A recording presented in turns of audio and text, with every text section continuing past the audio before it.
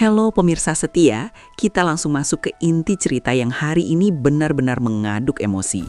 Antara ketegangan dan keromantisan yang bikin hati berdebar. Cerita kita awali dengan sebuah pemandangan yang cukup berbeda dan menyegarkan mata. Di sebuah ruangan yang hangat, kita melihat Adila dan Trian sedang menghabiskan waktu bersama. Namun, kali ini bukan sekadar kencan biasa. Adila dengan tekad yang bulat meminta Trian untuk mengajarinya bela diri. Ada keinginan kuat di mata Adila untuk bisa melindungi dirinya sendiri. Sebuah perkembangan karakter yang luar biasa dari sosok Adila yang kita kenal lembut.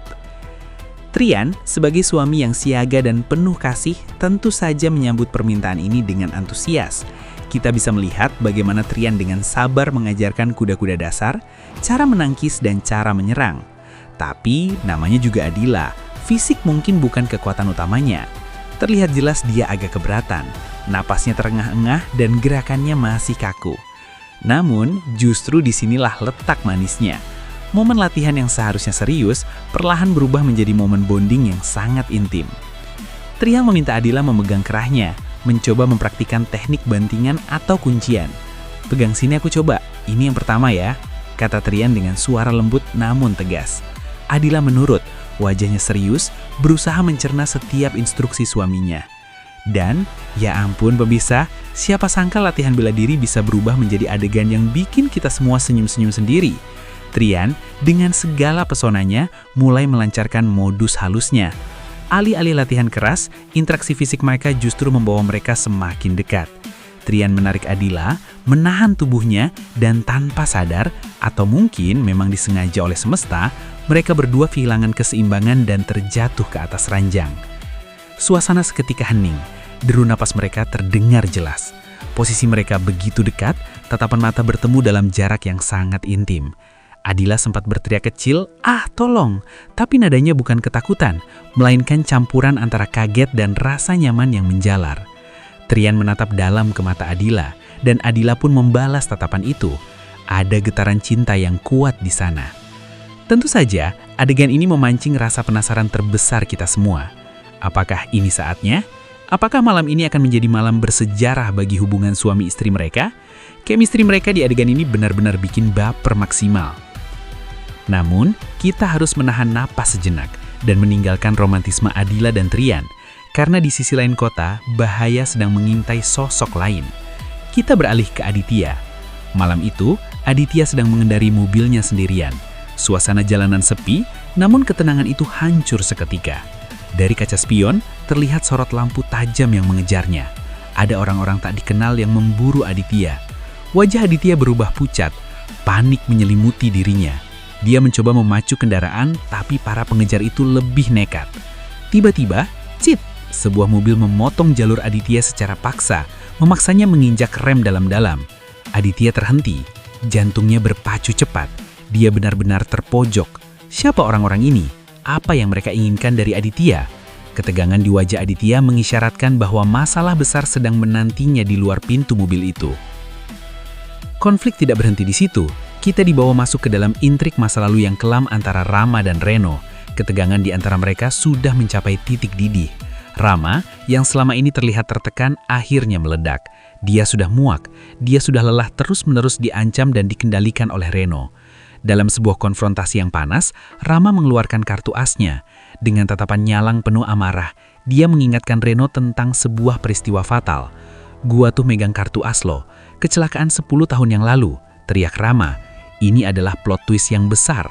Kecelakaan apa yang dimaksud? Rahasia apa yang selama 1 dekade ini dikubur rapat-rapat oleh Reno dan diketahui oleh Rama? Jelas sekali, Rama tidak akan tinggal diam lagi. Dia siap melawan dan ini akan menjadi perang dingin yang berbahaya. Sementara itu, misteri lain juga belum terpecahkan. Kita kembali ke Adila. Meskipun tadi terlihat asik berlatih bela diri dengan Trian, pikiran Adila ternyata masih bercabang.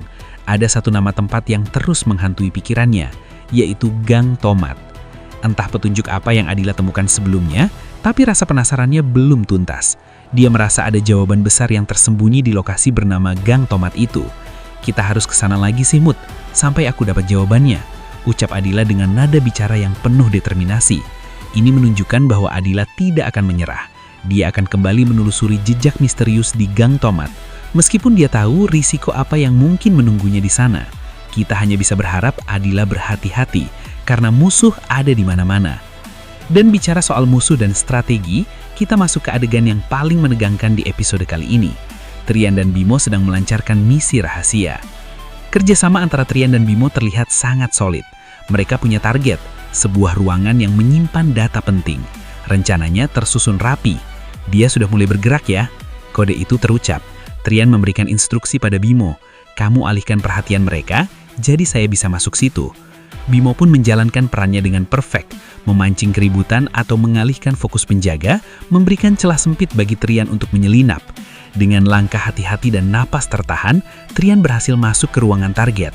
Dia langsung menuju komputer utama.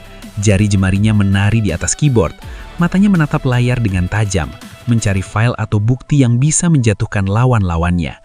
Detik demi detik berlalu, rasanya seperti jam bertak lebih cepat. Trian sedang berpacu dengan waktu. Data mulai tersalin, rahasia mulai terbuka di layar monitor.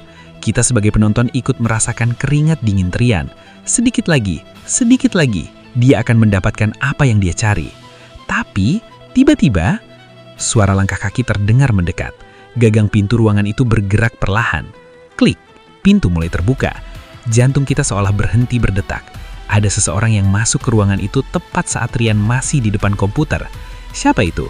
Apakah itu musuh Trian atau hanya staf biasa? Posisi Trian benar-benar terjepit. Tidak ada tempat bersembunyi. Jika dia ketahuan sekarang, tamatlah riwayat penyelidikannya. Semua rencana bisa hancur berantakan. Adegan ditutup dengan wajah Trian yang menoleh kaget ke arah pintu terbuka, dan layar pun gelap. Ya ampun, benar-benar cliffhanger yang jahat sekali. Kita dipaksa untuk menunggu dengan rasa penasaran yang meledak-ledak. Apakah Trian akan tertangkap basah? Siapa sosok di balik pintu itu? Dan bagaimana kelanjutan malam romantis Adila, serta nasib Aditya yang dihadang di jalan? Semua jawaban itu, atau mungkin teka-teki baru, kita akan temukan di episode selanjutnya.